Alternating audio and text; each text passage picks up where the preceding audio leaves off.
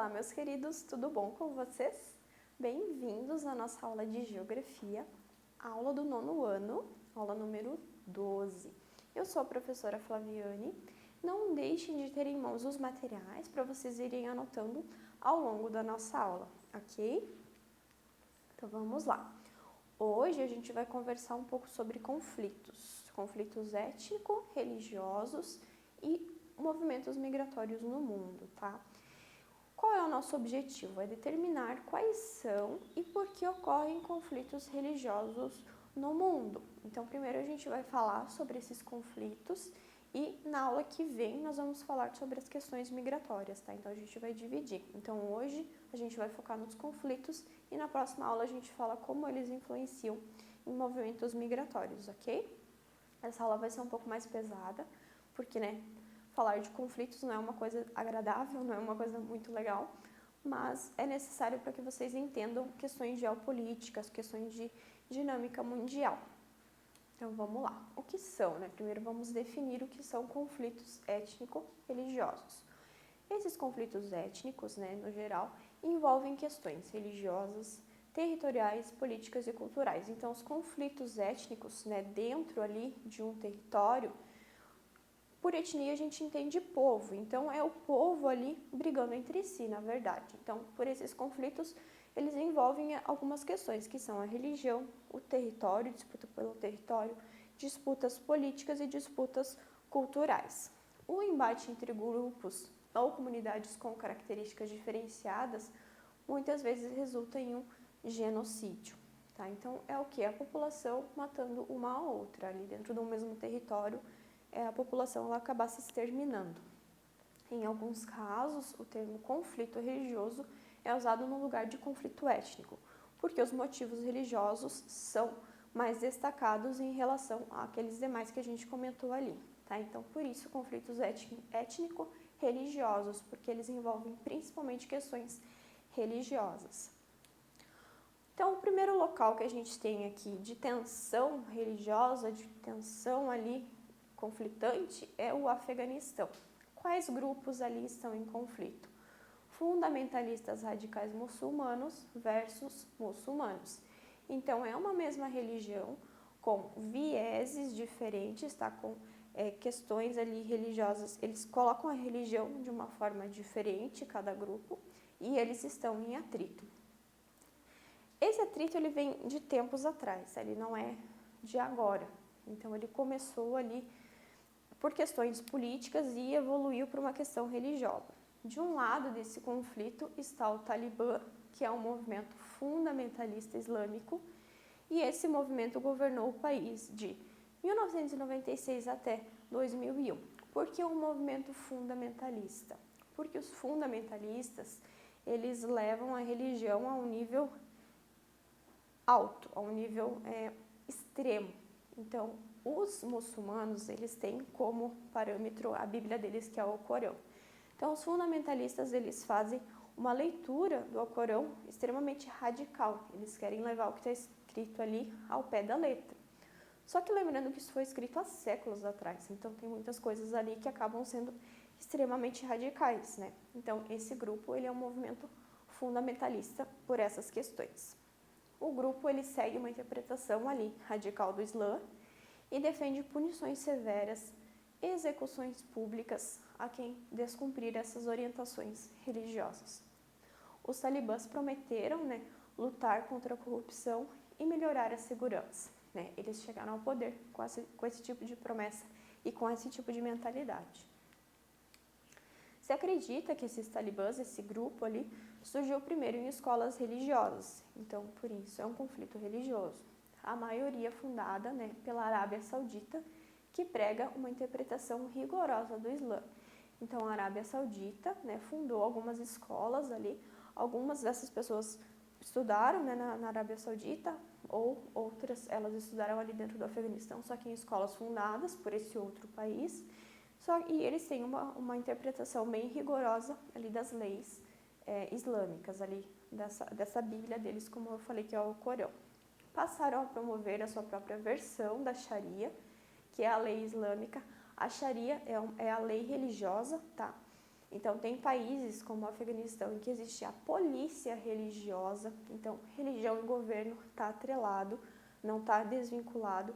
Então, tudo que acontece no governo envolve religião também, e a Sharia é essa lei islâmica, essa polícia religiosa que existe ali. E eles introduzem, a partir disso, punições brutais. Os homens, obrigados a deixar a barba crescer, as mulheres a usarem a burca, que é aquele manto, né, que elas usam, que aparece só o olho delas, que é uma vestimenta, né, que cobre ali o corpo todo. Então, daí que vem, né, principalmente desse grupo, que vem aquela visão terrorista, né, dos homens barbados e cabeludos, vem disso aqui, ó. O Talibã, ou Talibã, se vocês verem Talibã e Talibã, é o mesmo grupo, só que é uma grafia diferente, porque depende da tradução, mas quer dizer a mesma coisa, pertence ao mesmo grupo, tá? O Talibã baniu a televisão, a música, o cinema, e é contra a educação para as meninas. Então, as meninas, elas são obrigadas a ficarem reclusas em casas, e mulheres, elas só convivem com mulheres. As mulheres, elas só podem ter uma convivência com um homem se este for da sua família, né? Se for um pai, um irmão, algum tio, ou se for o seu esposo. Uma mulher que é pega conversando com um homem que não seja da sua família, ela seja andando na rua ou que seja mantendo algum tipo de relação, uma conversa que seja com um homem que não seja da sua família ou não seja o seu esposo, essa mulher, ela pode ser condenada à morte. Então, é um grupo realmente radical. Após os atentados ali de 11 de setembro, o governo talibã entrou em colapso. Lembram que os atentados de 11 de setembro foram contra os Estados Unidos, que foi um grupo terrorista, né, que jogou os aviões ali contra aquelas torres nos Estados Unidos. Então, depois desse atentado, esse grupo ele acabou entrando em colapso. Os militantes e os dirigentes do grupo, né, se deslocaram para o Paquistão, que é um país vizinho ali do Afeganistão, porque esse grupo deu abrigo a militantes da Al-Qaeda. Tá? O que aconteceu então? A Al-Qaeda foi o grupo que atacou ali os Estados Unidos, e o Talibã, ele deu reforço, ele deu apoio. Então, por isso eles começaram a ser perseguidos. Então, o que aconteceu? Eles passaram ali, os talibãs passaram a angariar dinheiro, dólares, né, milhões de dólares por ano, com o tráfico de drogas, com a mineração, impostos cobrados em territórios ainda dominados. Então, eles passaram a agir dessa forma. Eles saíram do governo e passaram a agir dessa forma, de uma organização criminosa realmente. O Afeganistão já era um país de conflitos armados constantes, há pelo menos 20 anos, quando então os Estados Unidos invadiram o território devido a esses ataques ali. Deixa eu só tomar uma água aqui, gente. Porque é um tema pesado. Então, o Afeganistão já vinha passando por questões de conflitos internos, ali, conflitos armados, muito antes questões políticas ali, envolvendo questões ali de grupos ali que não... outros grupos ali que estavam, né, em voga, ali, que estavam dominando aquela região. Então, é uma região de conflito já há muito tempo, tá? E do outro lado, né, contrapondo ali o Talibã, a gente tem a Aliança do Norte, que é o quê? A Frente Islâmica Unida para a Salvação do Afeganistão. Esse grupo, ele é apoiado pelos Estados Unidos, tá? Então, eles recebem apoio financeiro, armamentício e tudo mais. E é uma organização político-militar que une diversos grupos demográficos afegãos que buscam combater o regime talibã. Então, lembrando, né, o Talibã foi aquele grupo que esteve ali à frente, né, ao poder, e é o grupo mais extremo. Já do outro lado, tem essa frente islâmica ali, que eles são também muçulmanos, mas não tão radicais quanto o Talibã. A população afegã, né, é a única que continua a arcar com essas consequências ali desse prolongado e sangrento conflito, tá? Então, é um conflito que se estende já há muito tempo e continua acontecendo ali devido a essas questões religiosas ali, políticas e religiosas, tá bom? Então, aqui a gente tem a localização, ó, do Afeganistão, ó, ele tá aqui, ó, localizado aqui. Aqui a gente tem, ó, o Paquistão, lembra para onde fugiu? Ali o Talibã fugiu para o Paquistão. E a Arábia Saudita aqui, ó, que exerceu aquela influência ali com as escolas. E os grupos são assim, ó, realmente grupos armados. O próximo ponto de conflito, o próximo local de conflito é a Nigéria. Quais grupos estão em conflitos? Os cristãos e os muçulmanos. Aqui a gente já tem religiões diferentes, tá? Então, esses grupos eles são divididos espacialmente e ideologicamente, então, em questões de ideias aqui, né, eles estão também os muçulmanos. Então, divididos, né, estão os muçulmanos que vivem no norte, na Nigéria, e os cristãos que habitam principalmente a porção sul. Então, o que acontece aqui, ó? A porção sul não tem somente cristãos, tem também algumas tribos, algumas famílias ali que elas praticam o animalismo, que é acreditar, né, que os animais eles têm algum tipo de divindade, tá? Usar animais também em fazer ali coisas com animais no geral. Então não é somente cristãos ali naquela porção sul, mas como os principais conflitos são entre cristãos e muçulmanos, a gente dividiu dessa forma, tá? Os Fulani, que são um dos grupos, eles são de religião muçulmana e eles são nômades e pecuaristas. Então, eles vivem, né, de andar ali pelo território, principalmente pela região norte, ali onde eles estão mais concentrados, tá? Mas eles vivem de andar pelo território e são pecuaristas. Enquanto os Berons, eles são agricultores e eles controlam as terras férteis e na sua grande maioria são cristãos. Então, são os que estão mais concentrados na porção sul. Como são agricultores, eles precisam se estabelecer, né, diferente dos pecuaristas que conseguem ali ter o gado caminhando. Uma disputa nascida por razões econômicas e climáticas e se transformou em um conflito religioso e tribal. Então, primeiro, né, eles queriam um conflito ali por questões climáticas, porque na região sul era uma região mais fértil, mais propícia, né, a você ter qualquer tipo de economia ali, e isso acabou se transformando num conflito religioso, por essa divergência ali, por serem duas religiões que são diferentes. Os cristãos, eles acharam que os muçulmanos queriam tomar o que é deles, né, e o governo não fez nada para que isso fosse impedido. Então, o grupo radical islâmico Boko Haram, mais uma vez radicais islâmicos aqui, que levam, né, essa questão da religião extremamente a sério, eles quiseram impor um Estado islâmico no país todo, tá? Então, eles seguem a seguinte frase do Alcorão, lembrando que o Alcorão é a Bíblia, né, da religião islâmica, é o livro sagrado ali dos muçulmanos. Qualquer um que não é governado pelo Deus que revelou está entre os transgressores.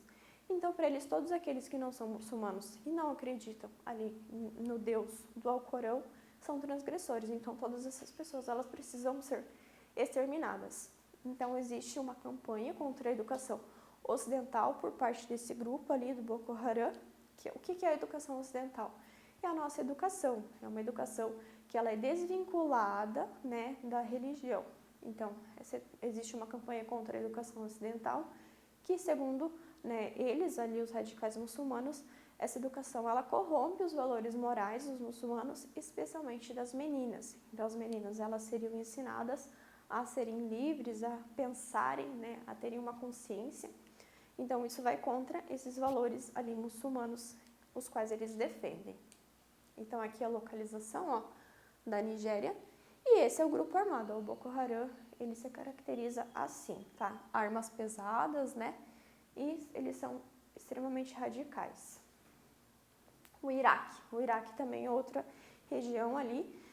O Iraque já está no Oriente Médio, ali a Nigéria na região africana, né? Então, o Iraque, os grupos que estão em conflitos ali são os xiitas e os sunitas. Também dentro ali de uma comunidade muçulmana, tá? Então, os xiitas e os sunitas, qual que é a diferença deles ali? É uma divergência, né, dentro da comunidade de fiéis sobre quem deveria ser o sucessor do profeta como líder espiritual e político. O profeta é o profeta Maomé, tá? Então, os xiitas e os sunitas, eles divergem sobre isso, sobre quem que deveria, né, governar ali, né, ser o líder espiritual ali dos muçulmanos depois da morte do profeta. Os partidários de Ali, né, que era o sobrinho e genro do profeta Maomé, eles acreditavam que apenas um descendente direto do Maomé poderia assumir esse cargo e foram batizados como xiitas. Então, os xiitas, eles acreditam que eles deveriam ser governados por um descendente direto. Já os sunitas acreditam que o califa, que é o chefe de estado e sucessor do Maomé, deveria ser eleito pelos próprios muçulmanos. Então, essa é a diferença entre xiitas e sunitas, tá? Os xiitas acreditam nessa questão da descendência direta e os sunitas acreditam que deveria haver uma eleição. Com isso, surgem diferentes milícias, combatentes e motivações. Entre 2006 e 2008, a guerra ali no Iraque, ela incluía conflitos armados contra a presença, né, do exército americano e violências voltadas a grupos étnicos do país. Então, mais uma vez ali essa questão política no meio, tá? E os Estados Unidos invadindo o Iraque ali com o pretexto de acabar com esses grupos terroristas. A milícia árabe sunita, o Estado Islâmico, né, que é, acho que um dos grupos mais conhecidos do mundo aí, que combatia o regime ali do Bashar al-Assad, na vizinha Síria, passou a controlar áreas cada vez maiores no interior do Iraque e avançar sobre Bagdá. Então, essa milícia ali, árabe, né, que estava concentrada na Síria, ela passou a adentrar para o Iraque. E desde 2011, grupos militantes têm liderado uma série de ataques à maioria xiita do país. Então, é os sunitas contra os xiitas, tá? Então, ali é um conflito de ideologias mesmo. Os antigos membros do governo ali do Saddam Hussein, né, que também são sunitas, o Saddam Hussein era o presidente ali do Iraque, começaram a ver que no grupo radical uma chance de derrubar o governo iraquiano. Os árabes xiitas se concentram nas regiões mais populosas do sul e os sunitas estão na região central do país. São grupos fundamentalistas, né, e podem ter controle dos importantes campos de petróleo do país e do processo democrático conquistado pode ser eliminado. Então, o objetivo deles é controlar ali o país por meio da força, né? São esses dois grupos que querem controlar o país e querem controlar o acesso ao petróleo ali. O petróleo é um bem muito importante, né, em relação à política, em relação à questão financeira no mundo. Então, aqui a gente tem, ó, a localização, aqui, ó, o Iraque, tá? Ele tá entre, aqui a Síria, aquele grupo que saiu da Síria invadiu aqui o Iraque. E aqui, toda essa região aqui é uma região bem conflituosa, né? A gente tem aqui, ó, o Irã, que também existem conflitos internos, a Síria, que também tem conflitos internos. Agora outra região ali também, ainda dentro do Oriente Médio, que é Israel e Palestina. Quem que está em conflito aqui? Os judeus e os muçulmanos. Então, também duas religiões ali em conflito.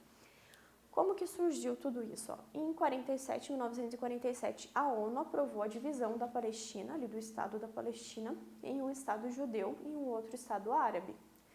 Então, um ano depois, Israel foi proclamado país. Essa região ali é contestada tanto por árabes, quanto árabes ali, os muçulmanos, né? Quanto pelos judeus, tá? Os judeus palestinos, por ser uma região santa. O crescimento do território de Israel deixou os palestinos sem estados. Então, o território de Israel, que é o território judeu, cresceu. E os palestinos acabaram sendo empurrados, né, e ficando sem aquela terra que foi dividida ali pela ONU em 1947. Ambos os lados reivindicam seu próprio espaço de soberania, embora atualmente esse direito seja exercido plenamente apenas pelos israelenses. Então, hoje em dia, ali, essa região ali é a região dominada, né, pelos palestinos, pelos israelenses. O que aconteceu em 1967? Houve uma guerra, a Guerra dos 6 Dias, onde os israelenses, né, tomaram a faixa de Gaza, que é uma região ali, tomaram também a península do Sinai, né, pertencente ao Egito, e as colinas de Golã, pertencentes à Síria, Jerusalém Oriental, pertencente à Jordânia, e a Cisjordânia, sob domínio israelense por um bom tempo. Então, essas regiões ficaram sob domínio israelense. Em 6 dias, eles tomaram toda essa região ali, dominaram toda essa região, e de uma forma bruta, de uma forma, um conflito armado realmente.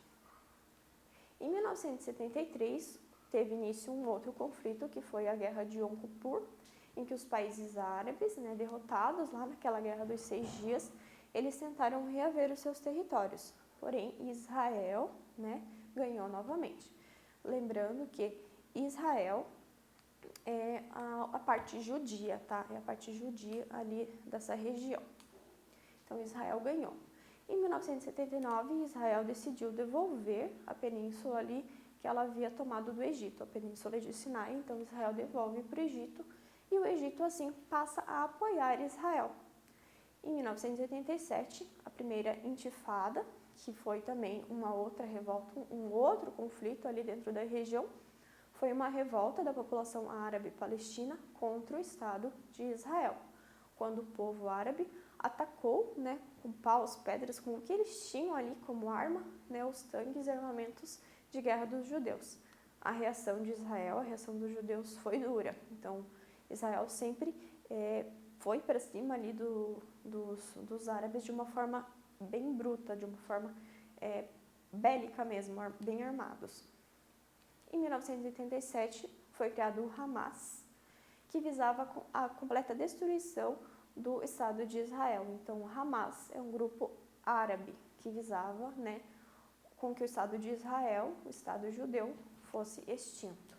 Em 1993, o Acordo de Oslo, então aqui a gente está passando anos por anos, tá? Então, em 1993, o Acordo de Oslo, né, que foi um acordo assinado na cidade de Oslo, deu início às negociações para a criação de um futuro Estado palestino, um Estado ali árabe, muçulmano. Então, o primeiro-ministro israelense, ele foi assassinado por um extremista judeu, tá? Então, os judeus, eles não cederam mais para essa desocupação de áreas onde ainda existia uma população palestina. Então, esse conflito ali, o assassinato desse primeiro-ministro israelense, ali, ele acabou por terra ali qualquer negociação que pudesse existir. Em 2000, teve início a segunda intifada, liderada pelo Hamas. Então, lembrando que a primeira, né, ela foi um conflito que aconteceu lá, a primeira intifada em 1987, e foi uma reação bem dura de Israel contra ali os palestinos. Teve uma guerra bem forte, um conflito muito intenso. Então, no ano 2000, existiu um segundo conflito também, né, nesse mesmo molde bem intenso, bem sangrento. Israel respondeu, né, duramente, né, a esse novo ataque ali, além de demolir casas dos palestinos e iniciar a construção do Muro da Cisjordânia, ou Muro de Israel, em 2002. Então, aqui no mapa a gente tem, ó, o Muro de Israel, ó, que realmente isola o território de Israel, todo esse território em branco, e o território da Palestina, esse território mais em verde aqui, ó. Então, Israel isolou a Palestina de Israel aqui com a construção desse muro, que é esse muro aqui, ó. A partir de 2004, acordos de paz eles foram sendo realizados e teve início a desocupação por parte de Israel da faixa de Gaza e algumas partes da Cisjordânia. Em 2006, a vitória do Hamas nas eleições de autoridade nacional palestina elevou novamente a tensão na região. Os atentados terroristas, sobretudo com carros-bombas, prosseguiram sobre Israel, que buscava várias tentativas de eliminar o Hamas. Então, o Hamas, lembrando que é aquele grupo, né, que foi criado com a intenção de eliminar o Estado de Israel. Então, eles conseguiram ganhar algumas eleições, né, uma eleição que existiu ali na região. Com isso, Israel já entrou em estado de alerta. Em 2008, um acordo de cessar-fogo, né, onde era um acordo de paz ali, que eles iriam parar com esse conflito por um tempo, né, um cessar-fogo por um tempo, foi realizado entre Hamas e Israel, com a mediação do Egito. Porém, 6 meses depois, esse acordo não foi renovado e as tensões voltaram a acontecer na região. Em 2014, né, novas ofensivas aconteceram. Israel, por ter melhores defesas e melhor armamento, passou a ter vantagem sobre a Palestina. Israel é um estado rico, né? Israel tem condições financeiras, então, em relação a questões armamentícias, ele é bem superior à Palestina. E esse ano, agora em 2021, Após anos, né, de relativa calma, em que não existia um conflito intenso, um conflito armado direto, Jerusalém Oriental mais uma vez se tornou foco das tensões entre israelenses e palestinos. Começou com motins contra planos de despejo de famílias palestinas por parte de Israel e assumiu a forma de conflitos violentos. Vocês devem ter visto, né, nos noticiários, né, nesse último mês ali, esses conflitos. Então, recomeçou de novo esse conflito. Lembrando que isso vem desde 1947. Jerusalém é um assunto delicado, tá? Para ambos os povos. Para Israel, a cidade inteira é a sua capital. Isso é inegociável. Enquanto para os palestinos, que são os muçulmanos, eles querem fazer de Jerusalém Oriental a capital da nação, que aspiram ter um dia. Então, aqui, ó, a questão de Jerusalém, né? Jerusalém para eles, para os judeus, é toda a região. Então, para eles, eles não abrem mão disso. E já os palestinos, eles querem fazer daquela região ali a sua capital. Aqui, ó, Israel, Jerusalém, aqui. Agora a gente passa para o próximo, que é o Sudão. Quais são os grupos em conflito lá no Sudão? São os muçulmanos e os não muçulmanos, as outras religiões. A guerra civil no Sudão, ela se prolonga há mais de 50 anos, então outra região que tem conflitos aí que se estendem por anos. São conflitos que misturam motivações étnicas, raciais e religiosas. Então aqui a gente já tem não só a questão da religião, mas alguns outros pontos também. O Sudão ele é dividido em 3 regiões: o Sudão do Sul e Darfur. Tá? Darfur é o principal ponto ali, foco de conflito.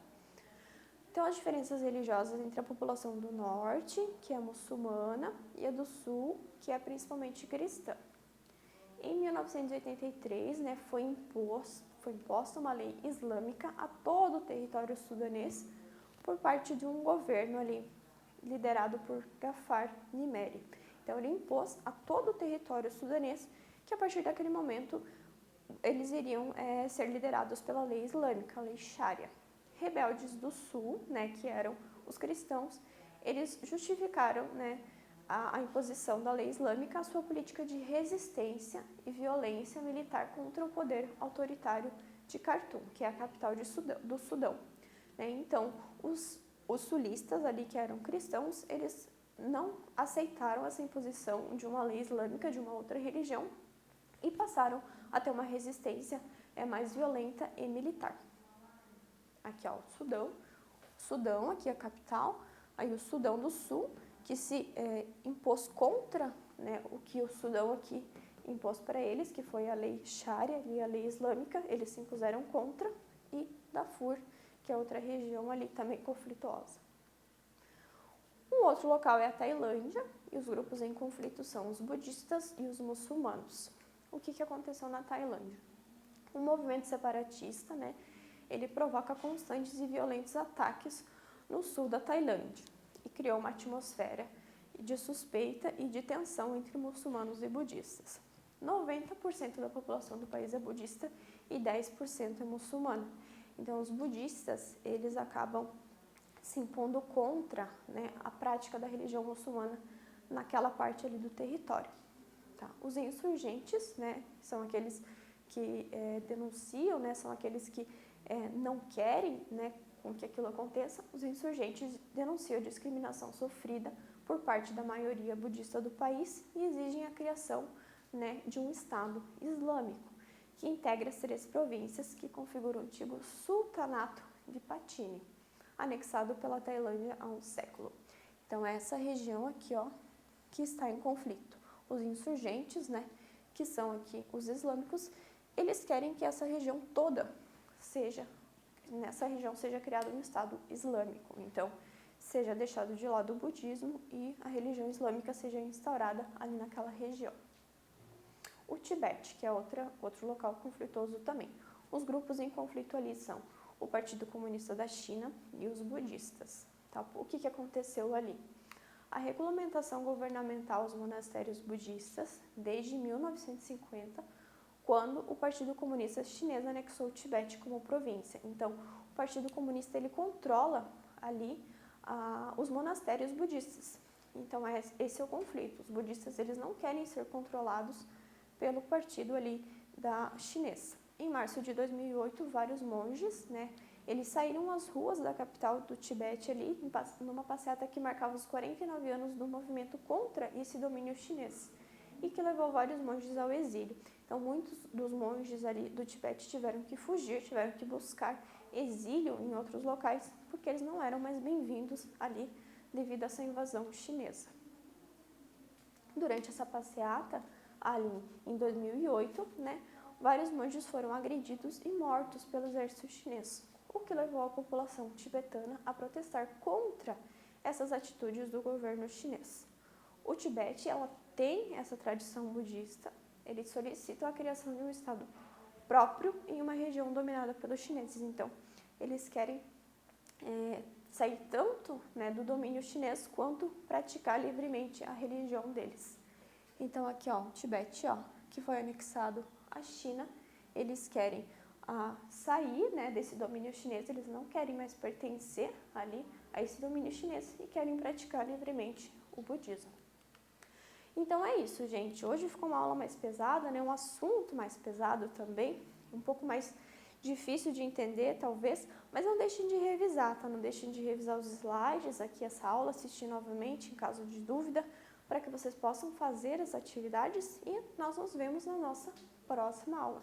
Tchau, tchau!